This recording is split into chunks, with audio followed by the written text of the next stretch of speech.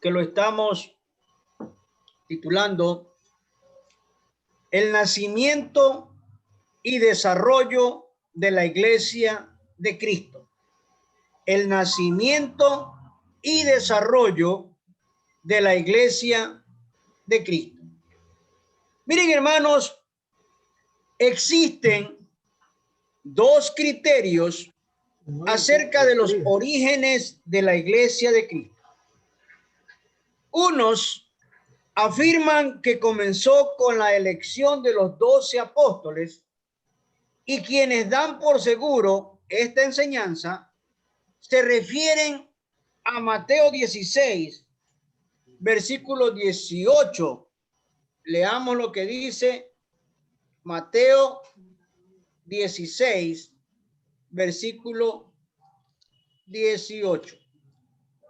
Dice así el Señor. Mateo 16, versículo 18, dice así: y yo también te digo que tú eres Pedro, y sobre esta roca edificaré mi iglesia, y las puertas del Hades no prevalecerán contra ella. Entonces, hay quienes dan por seguro que esta enseñanza se refiere a lo que acabamos de leer. Pero ustedes se pueden ya imaginar quién está detrás de esta enseñanza. La Iglesia romana, la Iglesia católica, que asegura que es Pedro el fundamento de la Iglesia. Nosotros estamos en el grupo de los que creen que el nacimiento de la Iglesia se encuentra en los dos primeros capítulos del libro de Hechos de los Apóstoles, y es sobre esta base que vamos a desarrollar la serie de lecciones durante todo este mes de enero. Empezamos con este tema, el nacimiento y desarrollo de la Iglesia de Cristo. Vamos a abrir nuestras Biblias en el libro de Hechos y vamos a dar lectura a los versículos del 1 al 5. Hechos capítulo 1. Hechos capítulo 1, del versículo 1 al 5. Y dice así. Dice: en el primer tratado, oh Teófilo, hablé acerca de todas las cosas que Jesús comenzó a hacer y a enseñar, hasta el día en que fue recibido arriba, después de haber dado mandamiento por el Espíritu Santo a los apóstoles que había escogido, a quienes también, después de haber padecido, se presentó vivo con muchas pruebas indubitables, apareciéndoles durante 40 días y hablándoles acerca del reino de Dios. Y estando juntos, les mandó que no se fueran de Jerusalén, sino que esperasen la promesa del Padre, la cual les dijo: oísteis de mí. Y el versículo 5 dice: porque Juan ciertamente bautizó con agua, mas vosotros seréis bautizados con el Espíritu Santo dentro de no muchos días. ¿Qué es lo que encontramos aquí, hermano? En primer lugar, un antecedente importante en esta lectura bíblica. En primer lugar, el autor del libro de los Hechos es un médico llamado Lucas. Es decir, el libro de los Hechos de los Apóstoles lo escribió el doctor Lucas, el médico amado, por estilo con que escribe el evangelio que lleva su nombre. Y este libro podemos ver que era un hombre culto y que al mismo tiempo amaba la obra del Señor. Es interesante notar en este libro de los Hechos que desde el capítulo 1 hasta el capítulo 16 y versículo 5, Lucas está narrando solo la historia de la iglesia tal como se la habían contado. Pero a partir del versículo 10 ingresa la historia como parte de todo lo que ha sucedido en el desarrollo y avance del evangelio por todo el mundo. Es muy interesante recordar lo que dice el apóstol Pablo en la segunda carta de Timoteo, capítulo 4, versículo 11. Dice así, segunda de Timoteo 4:11. Solo Lucas está conmigo. Miren, hermanos, esto quiere decir que la amistad entre el apóstol Pablo y Lucas fue muy estrecha y el médico amado, como lo llamamos también y lo llamó el apóstol Pablo, lo acompañó hasta los últimos momentos de su vida en la cárcel romana. Lucas estuvo con Pablo cuando Pablo estuvo allí encarcelado.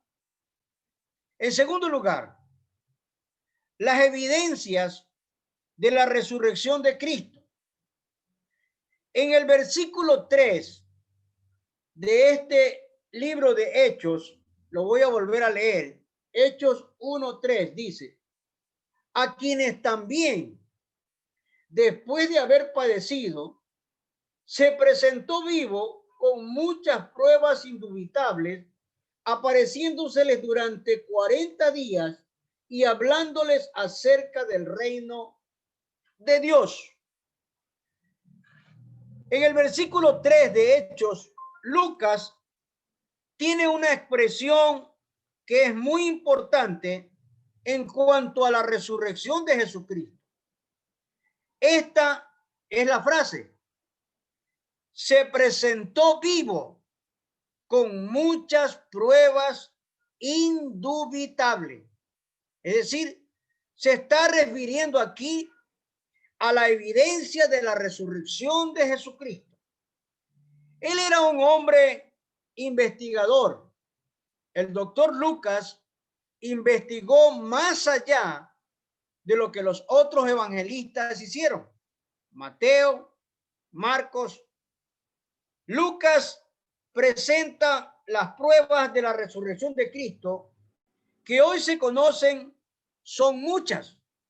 Y de esto nos habla también los 4 evangelistas, pero el experto historiador, que es Lucas, añade a todo esto la palabra siguiente: indubitable. Esta palabra quiere decir que no hay duda, no existe duda, indubitable, que quiere decir que sin ninguna duda. Por lo que entendemos entonces que para el médico Lucas, la resurrección de Cristo no tenía ninguna sombra de dudas y podía hablar de ella con entera libertad y escribir también sin que le temblara la mano. En tercer lugar, aquí nos habla Lucas del mandato de esperar. Lucas dice también que se refiere a lo de la espera en Jerusalén. En el Evangelio de Lucas, capítulo 24, versículo 49, permítame leerlo. Lucas 24, 49, nos dice lo siguiente. Lucas 24, 49. Dice así: he aquí, yo enviaré la promesa de mi Padre sobre vosotros, pero quedaos vosotros en la ciudad de Jerusalén hasta que seáis investidos del poder desde lo alto. Miren, hermanos, aquí estamos viendo esta ratificación, este anuncio en el versículo 4 de Hechos. Hechos 1:4 dice lo siguiente: y estando juntos les mandó que no se fueran de Jerusalén, sino que esperasen la promesa del Padre, la cual les dijo: oísteis de mí. Entonces, hermanos, aquí estamos viendo, el mandato es claro. Si el entusiasmo de lanzarse a predicar lo que habían aprendido de Jesús es grande en ellos, de todos modos debían quedarse quietos y esperar en Jerusalén el cumplimiento de la promesa del Espíritu Santo. En segundo lugar, la visión misionera. Aquí vamos a ver el inicio del desarrollo de la Iglesia de Cristo a través de la visión misionera. Vamos al libro de Hechos, capítulo 1, versículo del 6 al 8. Se me fueron. Josué, ¿algo pasó?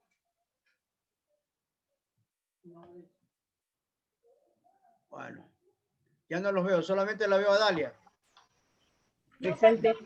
Nosotros sí lo vemos.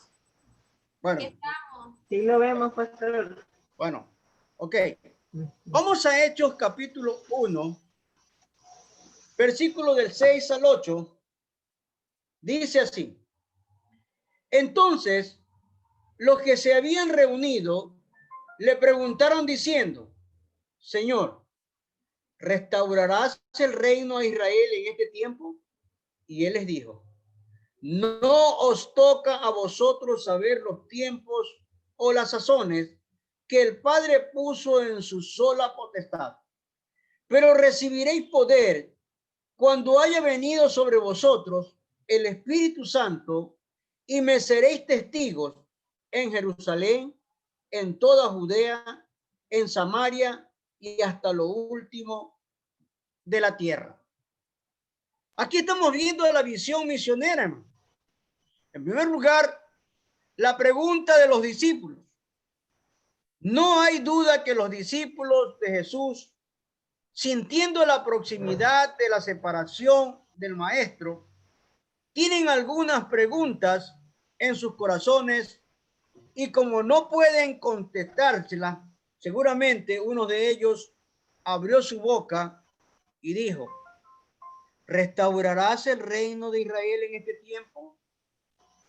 No hay dudas, hermanos, también que esos hombres eran tan humanos como nosotros, hoy inclinados a la búsqueda de lo humano y material. Están pensando en el reino y en las ventajas que seguramente ellos van a obtener en la participación que tendrán, sin duda, por haber sido seguidores cercanos e íntimos del Señor Jesucristo. En segundo lugar, la respuesta del Maestro. En el versículo 7 tiene la respuesta de Jesús a sus seguidores con la bondad y amabilidad que siempre le caracterizó al Maestro. Le respondió a sus discípulos que eso está en la sola potestad del Padre. En esta forma, él impedía que sus discípulos siguieran insistiendo con esa pregunta o que la formularan de otra manera, pues ahora les decía que eso no podía responderles y por lo tanto era como cerrado el caso. Cuántas cosas profundamente humanas y terrenales había en el corazón de los seguidores de Jesús momentos antes de su separación. En el Evangelio de Mateo, capítulo 28, versículo 17, aunque lo adoraron, el evangelista dice que algunos dudaban. Sí, Definitivamente esos hombres eran muy parecidos a nosotros en su tema y en su forma de reaccionar humanamente. Y a veces nosotros reaccionamos de la misma forma, ¿no? ¿Será posible esto? ¿Será verdad esto? Por ejemplo, hay cosas que la humanidad no lo va a entender. Por ejemplo, el caso de la sanidad del endemoniado de Gadareno. Cómo Dios, hablándole a este hombre, pues lo trajo a los pies de él y se convirtió. Muchos no entienden esto. Muchos dicen, no, esa es una fábula. Miren, hermanos, en tercer lugar, el programa que debían cumplir los discípulos. Sin embargo, en el versículo 8 del libro de Hechos 1, dice lo siguiente. Hechos 1:8 dice, pero recibiréis poder cuando haya venido sobre vosotros el Espíritu Santo y me seréis testigos en Jerusalén, en toda Judea, en Samaria y hasta lo último de la tierra. ¿Qué es lo que está diciendo el Señor aquí? El maestro les dice algo que debió hacerlos volver quitando de sus mentes, aunque sea por un momento, las ideas del reino. Aquí está el programa que debían cumplir. Esto equivalía a decirles, aquí está lo más importante para ustedes. Y en esto deben poner todo empeño y entusiasmo. Este es el programa de la gran comisión. Aquí está el programa de la predicación del evangelio, la gran comisión que Jesús les había dejado a sus discípulos. Obsérvense que con claridad el maestro les señala el trabajo que debían cumplir. Sus palabras dibujan como un mapa para trazarles el itinerario que debían seguir. Y les dice, testigos en Jerusalén, en toda Judea, en Samaria y hasta lo último de la tierra. Ustedes van a ser testigos en Jerusalén, en toda Judea, en Samaria y hasta lo último de la tierra. En tercer y último lugar, la ascensión de Jesús. El mismo libro de Hechos, capítulo 1, versículos del 9 al 11, dice lo siguiente, versículos 9 al 11, dice, y habiendo dicho estas cosas, viéndolo ellos, fue alzado y le recibió una nube que lo ocultó de sus ojos, y estando ellos con los ojos puestos en el cielo, entre tanto que él se iba, he aquí, se pusieron junto a ellos dos varones con vestiduras blancas, los cuales también les dijeron, varones Galileos, ¿por qué estáis mirando al cielo? Este mismo Jesús, que ha sido tomado de vosotros al cielo, así vendrá como le habéis visto ir al cielo. La ascensión de Jesús, hermanos, en primer lugar, la nube que cumplió un ministerio. Sí, la nube que cumplió un ministerio. Es en el Nuevo Testamento. Tenemos tres ocasiones en las que de una manera clara se nos habla de nubes que ministraron a Jesús. En el monte de la transfiguración, en Mateo 17:5, apareció una nube de la que salió una voz identificando a Jesús como el Hijo de Dios. En Mateo 24:30 se menciona que en la segunda gloriosa venida de Cristo aparecerá también rodeado de nubes. Y en el episodio bíblico que estamos hoy estudiando, se hace mención a una nube que lo ocultó de los ojos de sus discípulos y lo llevó al cielo. Amados hermanos, esto nos hace pensar que todo lo creado o todo lo que existe siempre en alguna manera forma o agradó a servir a Jesús, reconociéndolo como el Señor divino y el Rey de Reyes. En segundo lugar, con los ojos puestos en el cielo. Esta es una expresión que denota el estado de ánimo de los discípulos. Por una parte y por otra parte, el grado de expresión que tenían.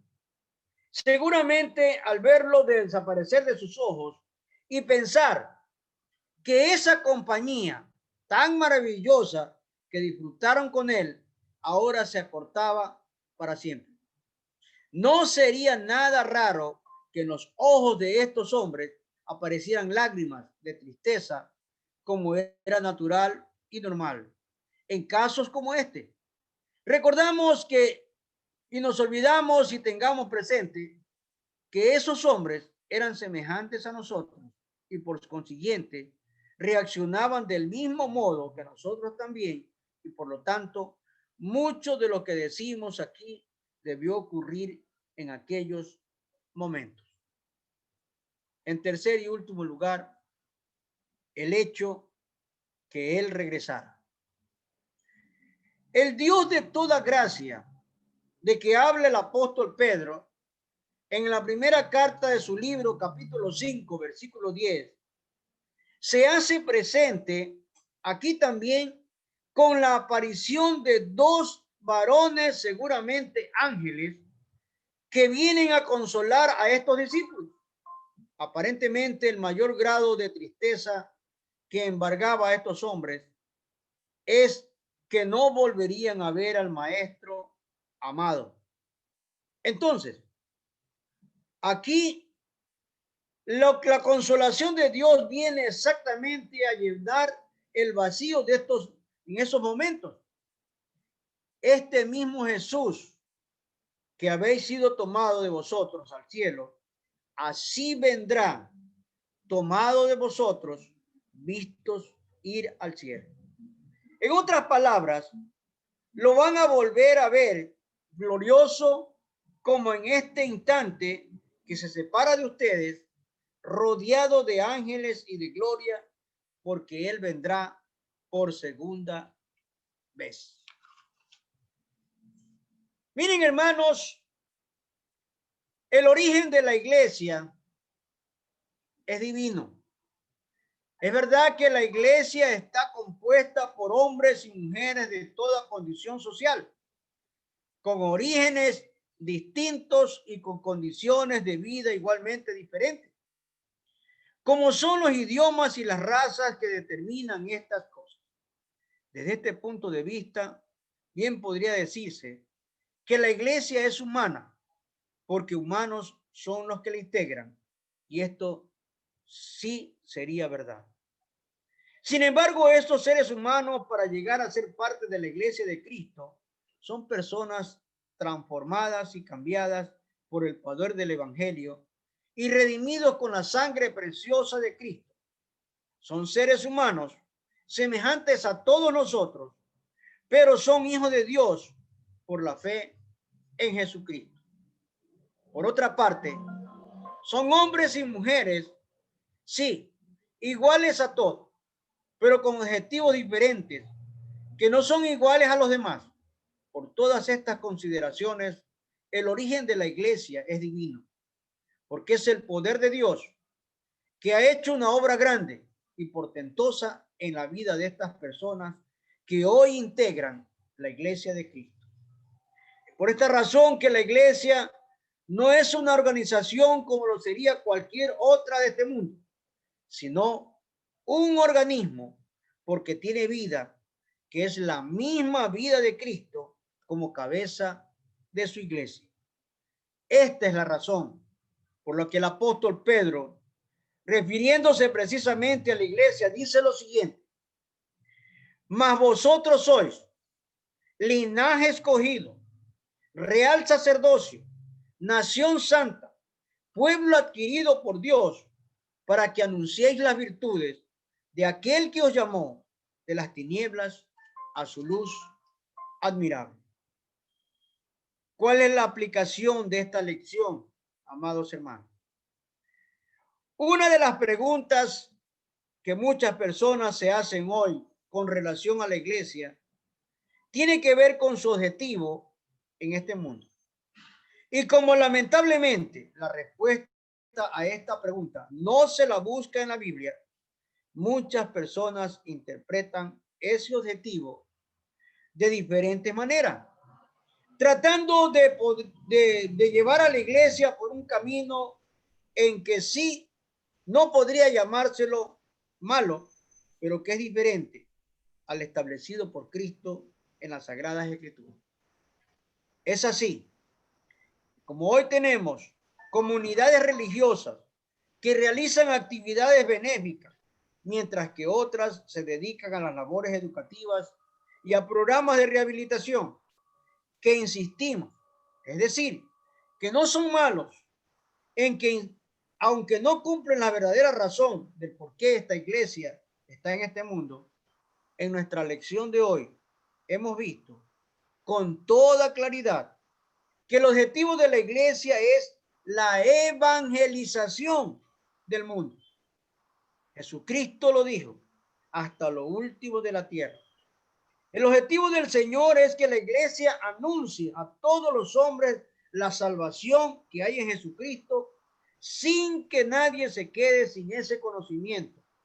Es entonces hacia esta meta que deben avanzar todos los esfuerzos de la iglesia mientras esperamos la segunda venida de Cristo a este mundo. Entonces, hemos visto en esta noche el nacimiento y el desarrollo de la iglesia de Cristo. Vamos a las preguntas para los hermanos que pusieron atención al estudio. Estoy seguro que ya están listos para responder las preguntas. Primera pregunta. ¿Quién y qué clase de persona es el autor del libro de los Hechos? Lucas, Lucas. el doctor. Doctor Lucas. El doctor Lucas. Doctor Lucas. Estamos atentos Médico amado. nosotros. Segunda pregunta. ¿Cuál era el programa que debían cumplir los discípulos en este mundo? ¿Cuál era el programa que debían cumplir los discípulos en este mundo? ¿Cuál era el programa? Ser testigos. Evangelizar. Sí, evangelizar, ser testigo, ¿no? Evangelizar. Muy bien, evangelizar. Ajá. Tercera pregunta. ¿Cuáles son las 3 ocasiones que se mencionan las nubes en relación con Jesús? Repito, ¿cuáles son las 3 ocasiones que se mencionan las nubes en relación con Jesucristo? ¿Cuáles son? Una fue la ascensión de Jesús. Ya, muy bien. Cumplió el ministerio. Sí, La segunda. esa fue la una. Pedro, en la carta de Pedro también. Apareció Jesús, salió una voz que le dijo, este es mi hijo amado. ¿Y la otra? Ah, ya. La venida de Cristo. La venida de Cristo. Llegará. Muy bien. ¿Y la última? La transfiguración. La nube que ocultó de los ojos de sus discípulos y se lo llevó al cielo, o sea, la ascensión de Jesús. La última pregunta. ¿Cuáles fueron las palabras de consolación que recibieron los discípulos en la ascensión de Jesús? ¿Cuáles fueron las palabras de consolación así como que recibieron los discípulos en la ascensión de Jesús? ¿Cuáles fueron? Y así como lo ven partir, lo verán regresar. Así mismo Entre lo verán nubes. regresar en las nubes. Amén. Ujú. Vamos a memorizar nuestro Amén. texto bíblico que lo tenemos en Hechos capítulo 1, versículo 8. Versículo Hechos 1, 8. 1:8. 1, 2 y 3. Pero recibiréis poder Pero recibiréis cuando poder haya venido sobre cuando haya vosotros venido sobre el Espíritu vosotros Santo, el Espíritu y Santo, me y me seréis y me testigos en seréis Jerusalén, testigos en en Jerusalén, en toda Judea, en en toda en Judea, Samaria y y hasta en hasta lo último de la tierra. y hasta lo último de la tierra. Otra vez. Hechos Los 1, 1:8. 8. Una vez más. 8. Pero recibiréis poder Pero recibiréis Cuando poder haya venido cuando haya sobre venido vosotros el sobre Espíritu vosotros Santo, el Espíritu Santo, y me y me seréis y testigos me en en seréis Jerusalén, testigos en en toda toda Jerusalén, Judea, en toda en Samaria, Judea, Samaria y y hasta lo hasta lo último de la y tierra. hasta lo último de la tierra. Los 1:8. 8. Una vez más, la 1:8. última. Pero Pero recibiréis Pero poder recibiréis poderes cuando haya cuando venido haya sobre venido sobre vosotros vosotros el Espíritu Santo, el y me Espíritu seréis Santo. y seréis testigos en Me en seréis Jerusalén, Jerusalén, testigos en en en toda Jerusalén, toda Judea, Judea, en en toda Samaria, en Judea, Samaria y hasta en lo y hasta lo Samaria, último de la y hasta tierra. lo último de la tierra. 1:8. Me seréis testigos. Amén, hermano. Este ha Amén. sido el estudio de hoy. Amén. Si puede compartirlo, compártalo. Lo vamos a repetir el título: el nacimiento y desarrollo de la iglesia de Cristo. Vamos a orar para ser despedidos y darle la gloria al Señor. Oramos, hermano. Si alguien tiene una pregunta, hable ahora o calle para siempre. Nadie tiene una pregunta. Es que aquí yo no los veo a ustedes. Aquí se me apareció un aparato. Yo no los veo. A Dalia le veo la mitad nomás. Bueno, vamos orando. Como usted dice, su equipo. Ya, ahí ya Su salió. Ahora sí los equipo. veo. Ahora sí los veo. Ahora sí los veo. Ajá. Oh, Ya sé quiénes están y quiénes no están. Ya sé quiénes amén. están. Bueno, aquí recién lo veo a la familia Cedeño Pino y a Denis Pino, pero lo veo nomás las pantallas. Bueno, vamos orando. A Mercedes. Mercedita ya sabe, pues, Mercedes está presente. Se está riendo ahorita. Vamos Se orando. esconde. Señor, te damos Oremos. gracias por este día. Gracias por tu palabra, Señor. Gracias por tu fidelidad, por tu misericordia, por tu amor. Pedimos bendiciones, Señor, sobre la vida de mis hermanos, sobre aquellos hermanos que no se pudieron conectar, aquellos que no se acordaron, aquellos que prefirieron ver novelas o algo por el estilo y no quieren aprender de ti. Gracias. Gracias por tu fidelidad, tu amor y tu misericordia. Bendícenos, como solamente tú sabes hacer. Te lo rogamos en el nombre de Jesús. Amén. Amén. Dios bendiga sus vidas, hermanos. Nos estamos viendo, si el Señor permite, el domingo en el culto dominical a las 11 del día. Mi lady,